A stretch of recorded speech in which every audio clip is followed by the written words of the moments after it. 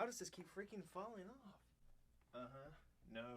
Dude! Oh, you're making me mad. Look at you with your stupid wheels. You think you're better than me? I don't like it! Don't tell me it's messed up forever until it falls off again. Ah, I don't know what it is about that skateboard, but it just will not stay on the wall. As the owner, I should be able to enforce my rules upon my skateboard. But yet it doesn't listen, like a stubborn child. This is my impression of my skateboard. No!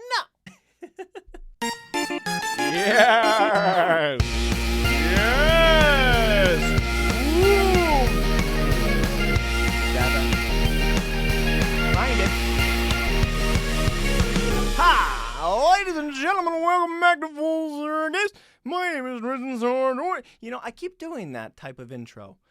And that's not to say I don't like it. Clearly, I love it because I like doing this lazy kind of speech. And well, my name is Full Circus. Welcome back. You know, it's fine. I enjoy it. But in the realm of authenticity, I feel like I should be delivering a new, raw experience for you guys. And you think I can't handle that, huh? Let's bring it back around and say, hey, welcome back to Full Circus. My name is Tristan Sartoris. Now straighten up, maggot. You're going to enjoy this podcast with bad posture? Not on my watch. All right? I'm here to deliver some silly goose time, so straighten it up. Tighten yourself. Anyways, look at that. Energy feels way different. You're like, I've never seen this episode before. Why is he so mad? Especially if you've never been here before, dude. Holy crap, what did I click on? But now you're yelling, I'm yelling. Look at that. We match the energy, vibes, complete. Now we bring it back down. Peace. What's up, guys? I'm happy to be here with you guys today. Let's enjoy ourselves. Let's do our little scales of laughter. Ha, ha, ha, ha, ha, ha, ha. Man, I'm feeling good today, guys. So what is going on? Man, last episode, I do have to clarify something that even though I prefaced it with saying, I'm out of the loop. I didn't do my preparations, you know, because I like to work out, I like to groom, I like to relax, let the energy rise, watch something funny, giggle, you know, do the whole shtick. But last episode, way beyond that, I was cut off in the middle of a work day, in the middle of a workout, and then came back down and I'm sweating like, hey guys, what's up? Let's have a time, you know? You're like, I don't want anything from this guy. If a salesman shows up at your house, he's trying to give you, hey, we're selling steaks today. He's sweating. He looks like he's been running from something. I don't care how good the steaks are, how good the jokes were. I'm a little off-put by what the salesman is bringing me. Oh, hey, look, some other time, right? Take a shower. So, anyways, I feel a lot better now that I kind of can go through my day in the way that I like to get set for the show. I worked out, I showered, I giggled, I laughed, I rested, I recovered, and here we are. So with that, there were a few things that I didn't get to talk about in the last episode. One is that it was the episode before Father's Day.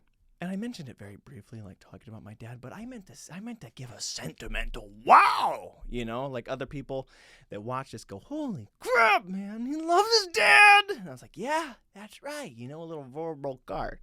Because as my family love things, you know, we love to hoard. And I think giving a number of cards that they feel the burden to keep, I'm going to start doing more verbal things on the podcast. So I was going to say, I love my dad. I appreciate my dad and all the things that he does for me and the battles he goes through and the way that he leads me to greater pastures, you know?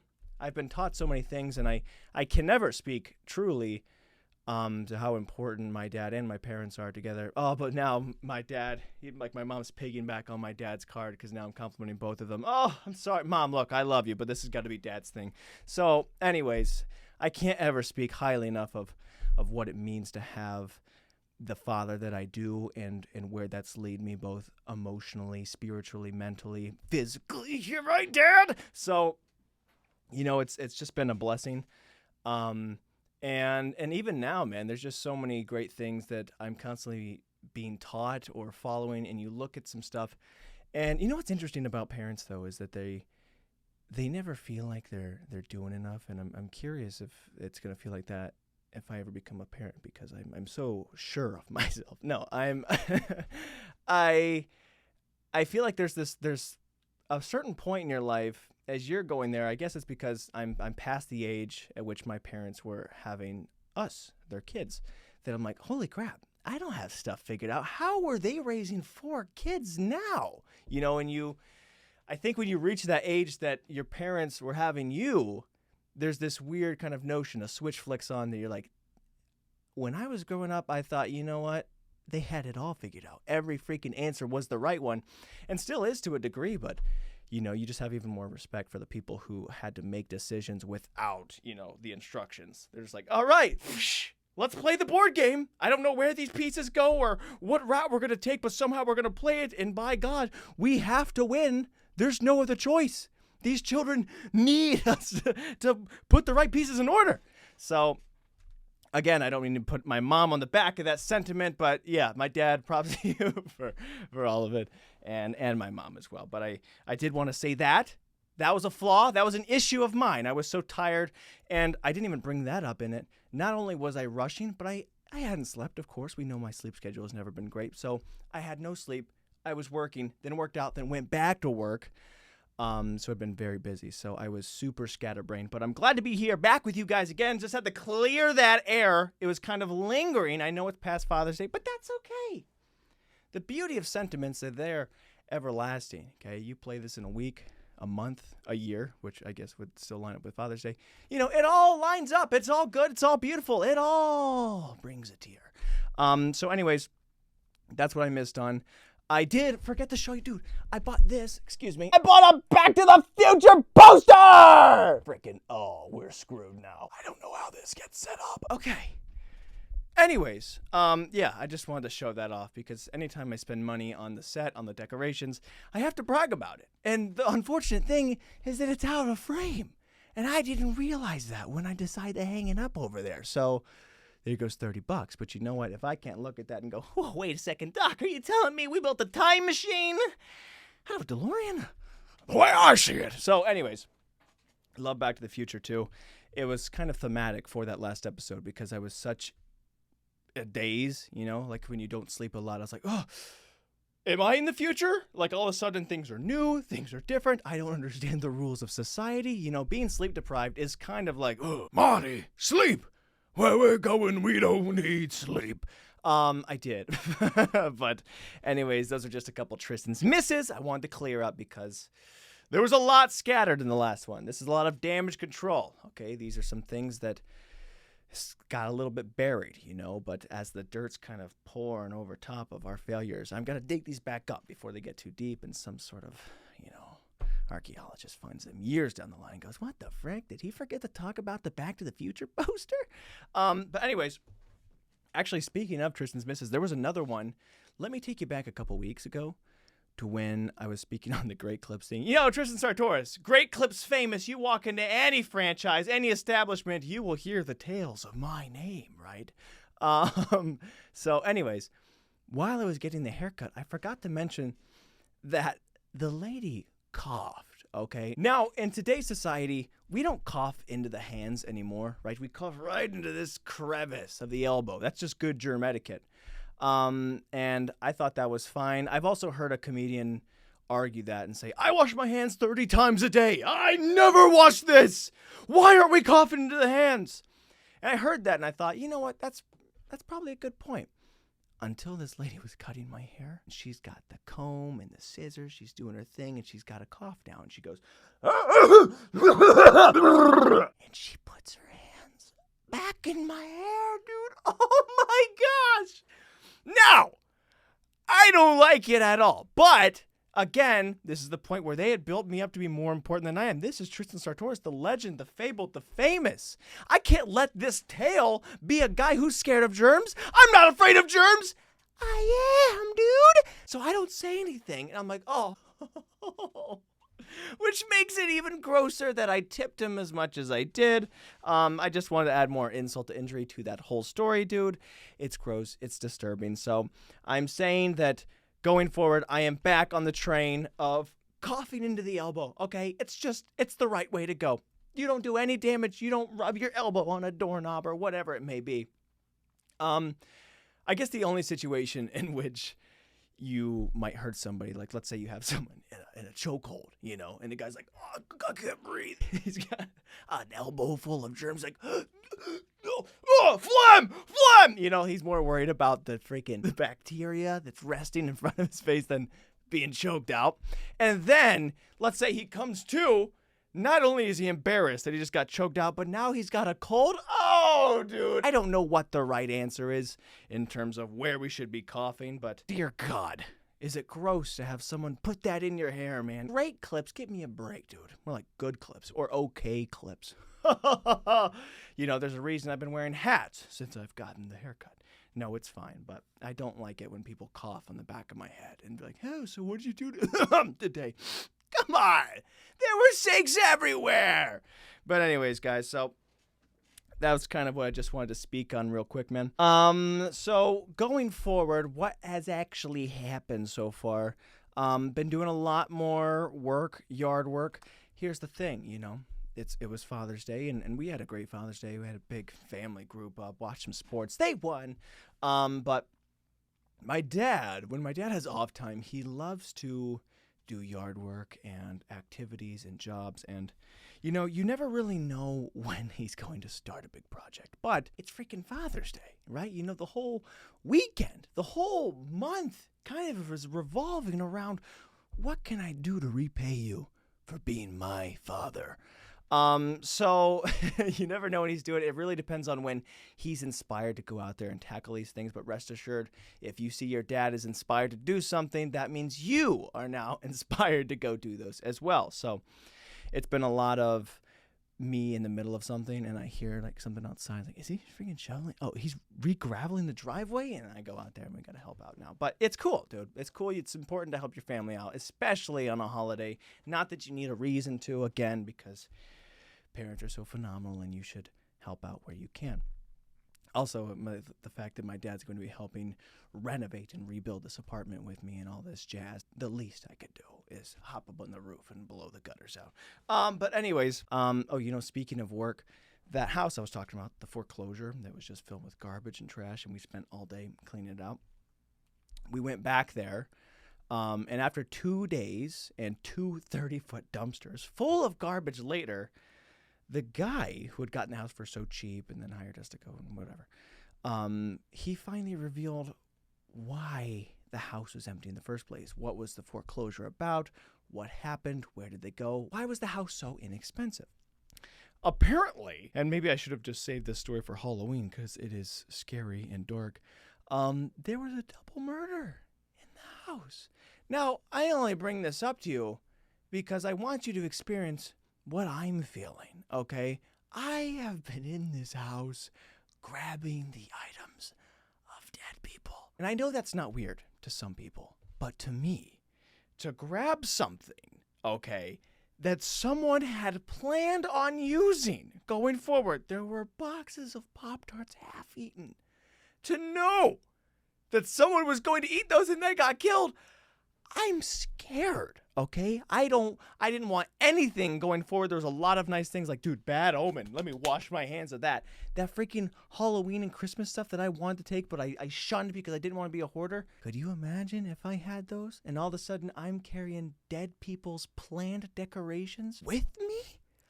Oh, dude. So that's scary and I feel a little gross. So I had to take another shower after that, man.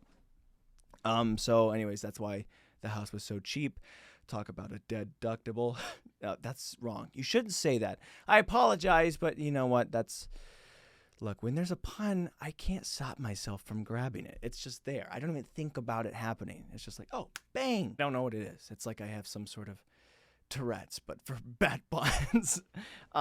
So I can't help it. It's an impulsive decision to throw out some wordplay. I do apologize, but it's low-hanging fruit. I'm sorry. Actually, you know what the thing about low-hanging fruit is? People always use that phrase to talk bad about it. Hey, that's such an easy play. Why would you go for that? It's low-hanging fruit. Look, someone's got to pick it, right?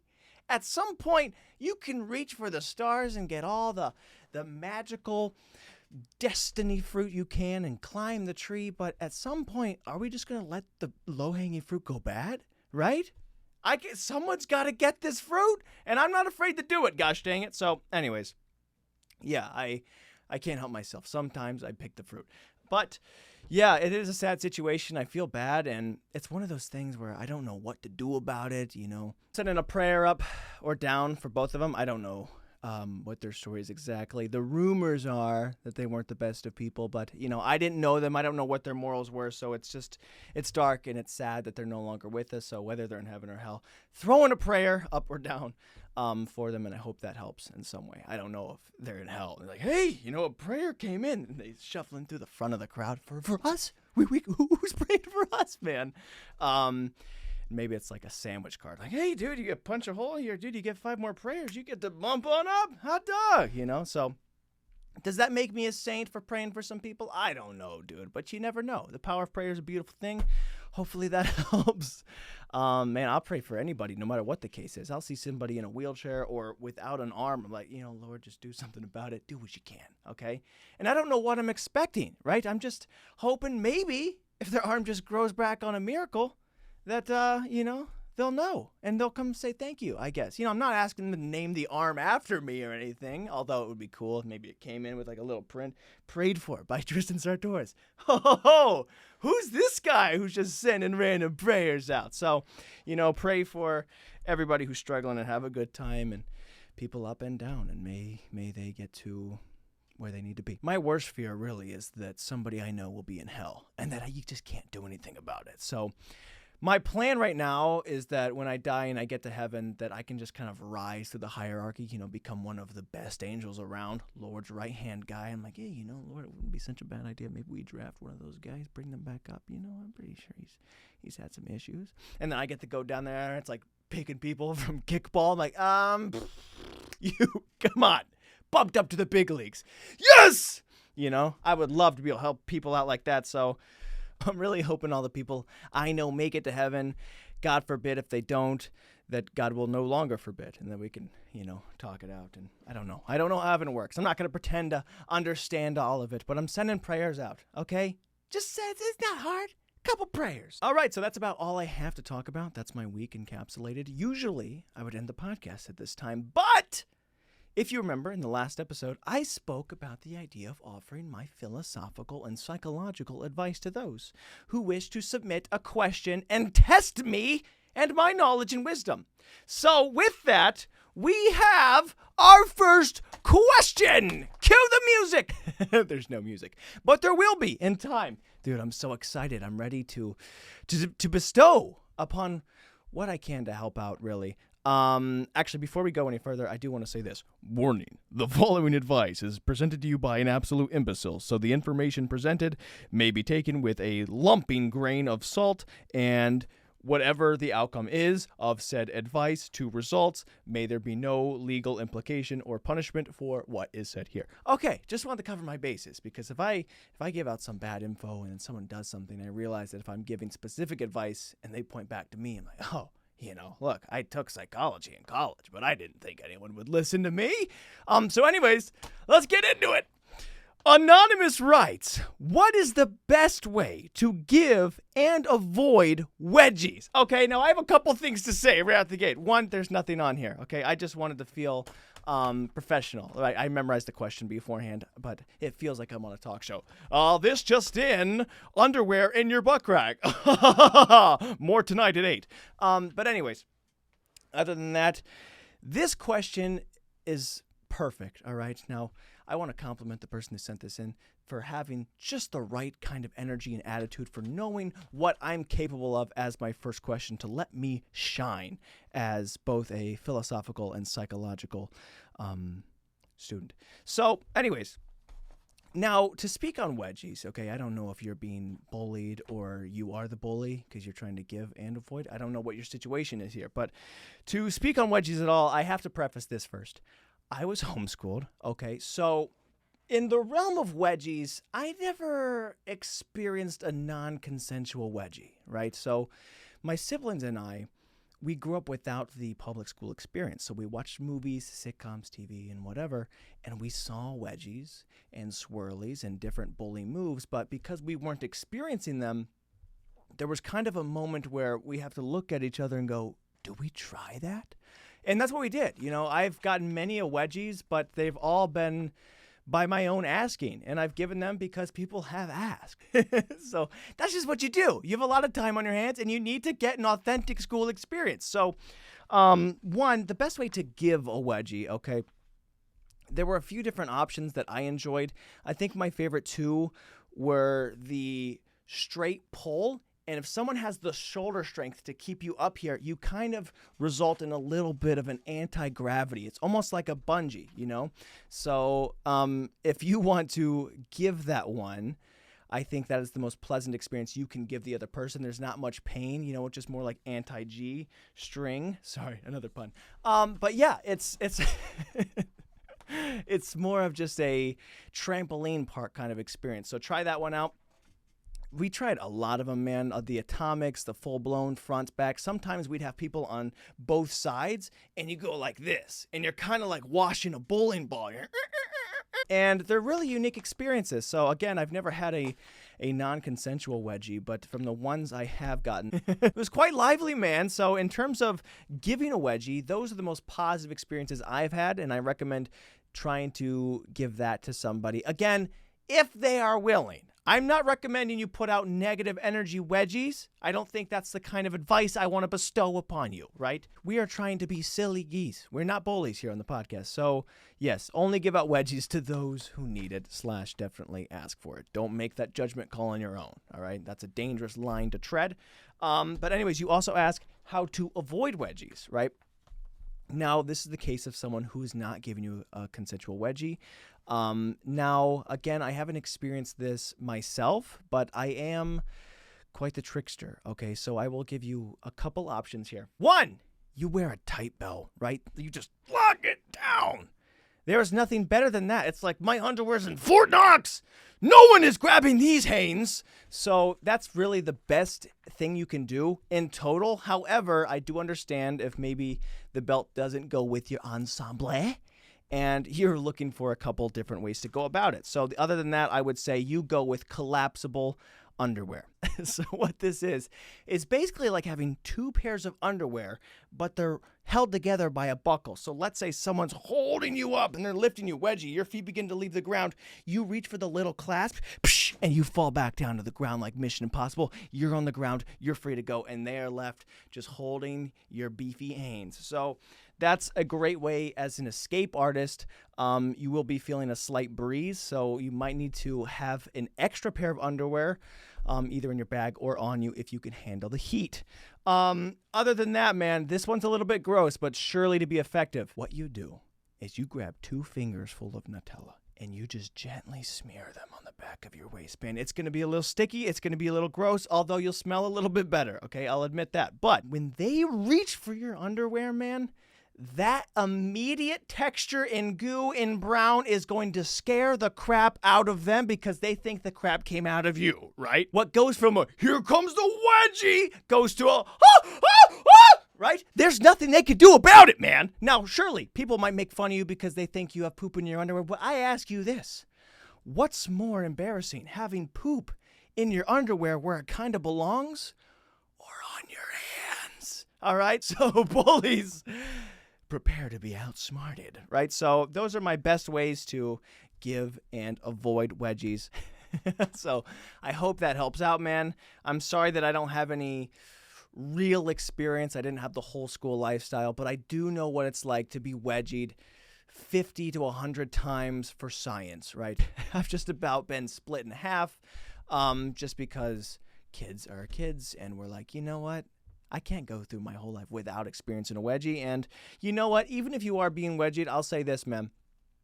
The wedgie really is the most humbling experience you can have and you can ever get. There is nothing more sacrificial to the ego than getting a wedgie, right? So some people go their whole lives without getting one, and their ego's never checked, and they never really know where they stand, okay? So if you're getting these wedgies, sure, it might be a little embarrassing, but at least you know who you are, and you're authentic, and you've already got your reality check, so you can start climbing. Some people have yet to hit their rock bottom, and they won't know how to get out of it because their bottom has not been lifted buy their underpants.